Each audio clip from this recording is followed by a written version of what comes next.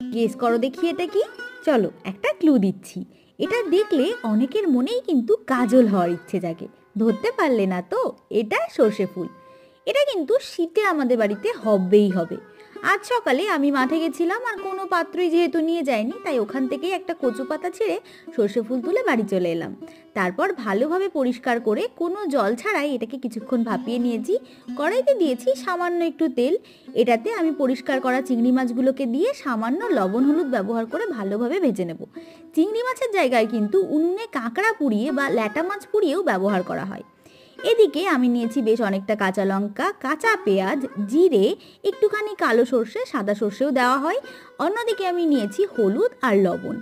এটাকে ভালোভাবে শিলে আমি বেটে নিয়েছি, ওপর থেকে ছড়িয়েছি একটুখানি কাঁচা তেল। বাস, এটা একেবারে গরম ভাতে এনজয় করার জন্য রেডি। আমার তো এটা দারুণ প্রিয়, তোমরাও ট্রাই করো আর অবশ্যই সাবস্ক্রাইব করে দিও।